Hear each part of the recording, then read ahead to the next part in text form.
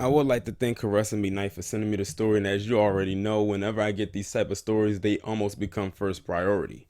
So you see a young man right here by the name of Raphael Wright, and he is planning to open very soon the only black-owned grocery store in the city of Detroit. And I said, with everything that's going on with Detroit right now, and for the past recent years, they could use something like this. So hopefully this story can get far and wide to as many people as possible, and they can bring some good revenue, especially to the black community in that particular area.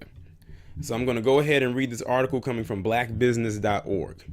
Although there are a lot of black owned businesses in the city of Detroit, there are no known black owned grocery stores. But one local entrepreneur by the name of Raphael Wright is planning to open what he says will be the first and only grocery store in the city owned by an African American.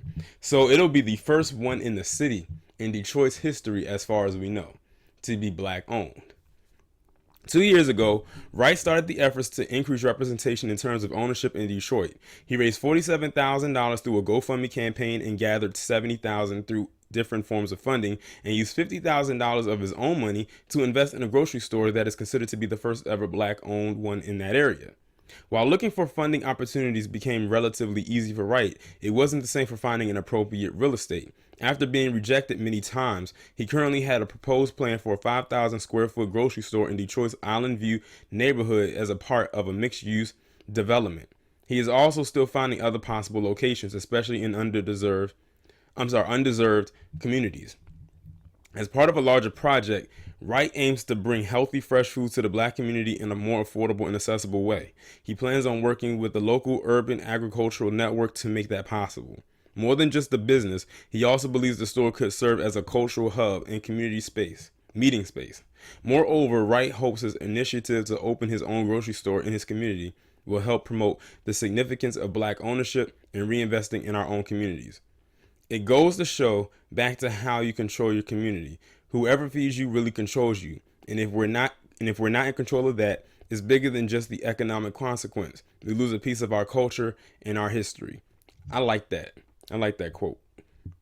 There's much more at stake when black people don't control food. Well, he's right about that. That there's our health, our culture. Everything is at stake when we don't control the grocery store.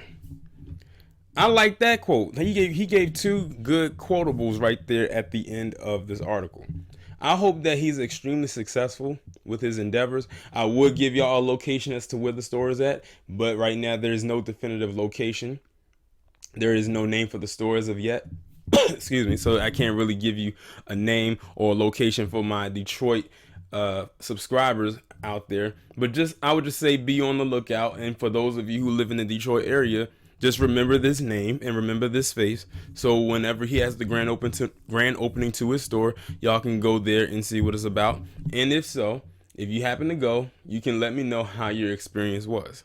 But shout out to Raphael Wright for doing what it takes to, bring something back to his area. That's what it's really all about.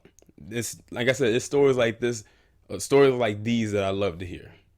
But y'all let me know what you think about this down in the comments, and I will talk to you in the next one.